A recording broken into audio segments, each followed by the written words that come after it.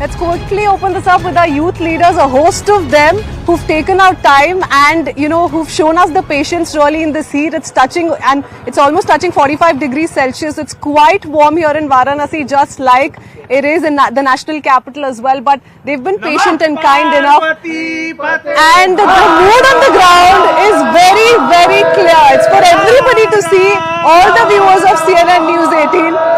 And I'm going to have to give a pause before I introduce them.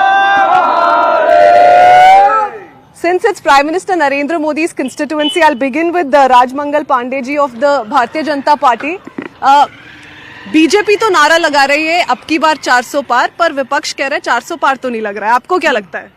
विपक्ष का तो काम है कहना, और हमने अपना रख दिया है कि हमारा नारा है 400 पार।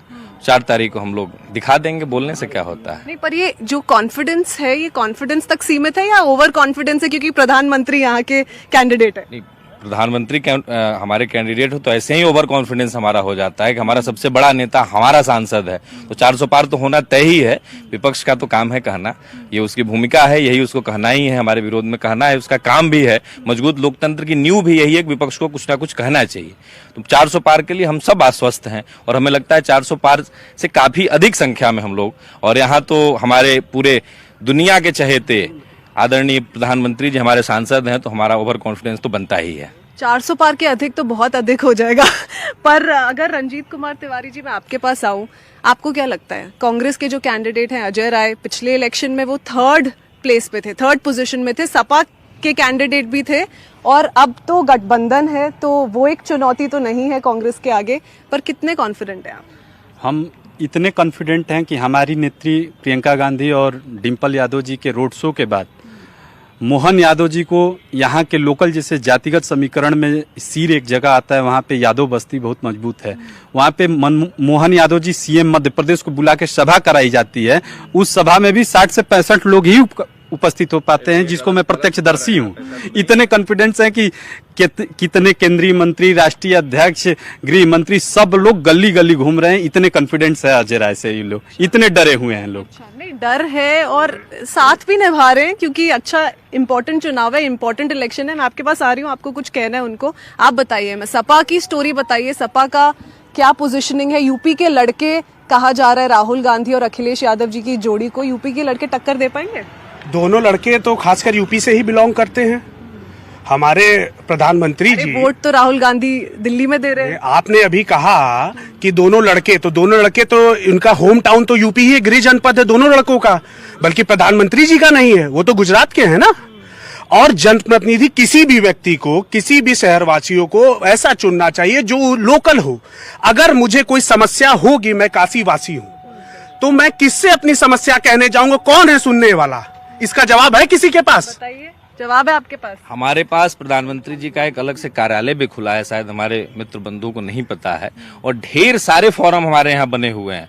और ऐसा नहीं है ये हमें कार्यालय में जनता की समस्या हमारे ये तो गौरव का विषय होना चाहिए कि प्रधानमंत्री आपके अपने क्षेत्र से आते हैं, तो प्रधानमंत्री संभव नहीं है कि प्रधानमंत्री रोज यहाँ दिन भर बैठे। आप भाजपा से सवाल उठा रहे हैं, एक और सवाल उठता है कि सपा और कांग्रेस इस बार तो एक साथ है, अलायंस में, गठबंधन में, पहले ऐसा नहीं रहा है हमेशा, तो ये भी वोटर को एक बहुत कॉन्फिडेंट इंप्रेशन नहीं देता। आपको अपना दल का नाम क्यों नहीं ले रही हैं आप? भाजपा के साथ अपना दल भी है, निषाद पार्टी भी है, राजभर जी जो अभी इतना फूल की वर्षा करते थे वो भी है साथ में, तो भाजपा मत बताइए, उसके साथ साथ 38 दलों का गठबंधन भी बताइए। यहाँ तो सिर्फ 2 दल है, और जो खासकर दोनों लड़के यूपी से बिलोंग करते हैं और यूपी से सांसद चुन के तगड़ा दल है, इसलिए बीजेपी बौखलाई हुई है। किसी को बीजेपी के बारे में और कुछ? देखिए, उनके बात का मैं जवाब दूंगा। तो इनका मानना है कि इन्होंने अपना कांग्रेस या सपा जो पार्टी है उसकी तुलना राजभर जी की पार्टी से और अपना दल के बराबर कर ली है, ये मानते हैं ना।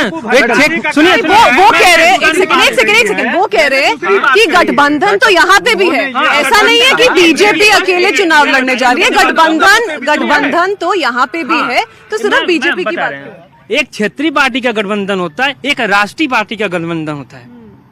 जो पार्टी जो कभी सरकार में रहती थी, आज सैकड़ों की जो गिनती के आसपास रह जा रही है, उस पार्टी से गठबंधन और एक सदैव 7 या 8 क्या कहते हैं, हाँ 7 या 8 कंफ्यूज है। नहीं काफी 7 और 8 confused है। लोकसभा चुनाव पे लड़ी इनको अभी समझ नहीं है। समझ नहीं पा रही है। भारतीय जनता पार्टी का जो भी स्ट्रेटजी है, जो भारतीय जनता पार्टी की स्ट्रेटजी है, वो एक अलग चीज है, एक अलग चीज है। सुन लीजिए आप भी सुन एक सेकंड, एक एक करके बात करेंगे तो ही दर्शकों तक आपकी आवाज पहुंचेगी। एक एक सुन करके लीजिए। हाँ। मेरा भाई थोड़ा कंफ्यूज है। बात यहाँ पे पार्टी की नहीं हो रही और कितने लीडर हैं इनकी बात नहीं हो रही, बात यहाँ जातिगत समीकरण की हो रही है। अभी थोड़ा देर पहले कांग्रेस के मेरे साथी भी बता रहे थे जिस प्रकार से प्रधानमंत्री जो है अपने एक मुख्यमंत्री, मध्य प्रदेश के मुख्यमंत्री को जाति समीकरण साधने के लिए भेजता है। केंद्रीय मंत्री जयशंकर जी आते हैं, तमिलों का संगठन बना करके उनके साथ संगमम करते हैं। तो ये भारतीय जनता पार्टी का डर नहीं है तो और क्या है? आप क्या प्रधानमंत्री मोदी जी की भाषा नहीं देख रही है? एक सेकंड, इससे पहले आप सब एक दूसरे पे टूट पड़े, मुझे एक और सवाल आपसे भी पूछना है, या कोई भी कांग्रेस के लिए ये जवाब देना चाहते हैं तो हाथ उठा लीजिए और मैं आपके पास आ जाऊंगी। यूपी के लड़कों की बात हुई और राहुल गांधी की बात हुई और उन्होंने कहा कि यूपी के तो दोनों लड़के इधर के ही हैं, जन्मभूमि या कर्म भूमि उनकी यहीं की है। तो राहुल गांधी की कर्म भूमि पे तो इतना बड़ा सवाल उठा हुआ है। अमेठी रायबरेली में ही बहुत देर कंफ्यूजन चल रहा था। प्रधानमंत्री का सीधा डर है। एक तो यहाँ से रो के चले गए, कितनी शर्म की बात है। प्रधानमंत्री बनारस में 2-2 बार के सांसद ही रो रहे हैं। पहले बेटा था, अब गोद ले लिया। ये बताइए, माँ गंगा में पूरे बनारस का सीवर जाता है, 10 साल में वो बंद नहीं हो पाया। इसका जवाब प्रधानमंत्री जी देंगे। चलिए फिर मुद्दों की बात करते हैं। ये आपस में एक दूसरे को बोलने से कुछ नहीं चलेगा। क्या क्या काम किसने किए ये बताइए कि कांग्रेस किस काम का आज वादा करती है और बीजेपी ने क्या किया है। 2 टर्म से हम देख रहे हैं प्रधानमंत्री के पास वाराणसी, उन्होंने कहा है कि मुझे गंगा माँ ने गोद ले लिया। क्या किया है, काम बताइए। हम इसका जवाब देते हैं।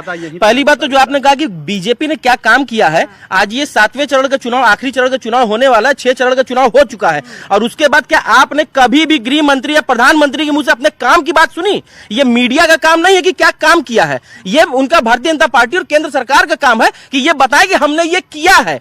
हम इस बात पे वोट मांगेंगे। तभी आपसे पूछा जा रहा है कि आप उनको बताइए कि क्या किया। मोदी जी, माँ से मोदी जी होता तो माँ से उनको बड़ा प्रेम है। जैसे माँ गंगा ने गोद ले लिया, माँ गंगा ने बुला लिया, उसके बाद माँ से मुसलमान, माँ से मछली, माँ से मटन, माँ से मंगलसूत्र, अब मुजरा पे गिर गए, माँ से मुजरा पे गिर गए। अब ये बताइए भारतीय जनता पार्टी अपना काम कब बताएगी? ये मीडिया का काम नहीं है कि जनता से पूछे, ये मीडिया का काम उनसे है कि भारतीय जनता पार्टी के लोगों से पूछे कि आपने काम क्या मुजरा, किया। मंगलसूत्र ये सब नहीं चलेगा, मुद्दे की बात होनी चाहिए। आ रही हूँ मैं आपके पास। मैडम, पहले बहुत फख्र की बात है कि सारा देश सांसद चुनता है, हम प्रधानमंत्री चुनते हैं।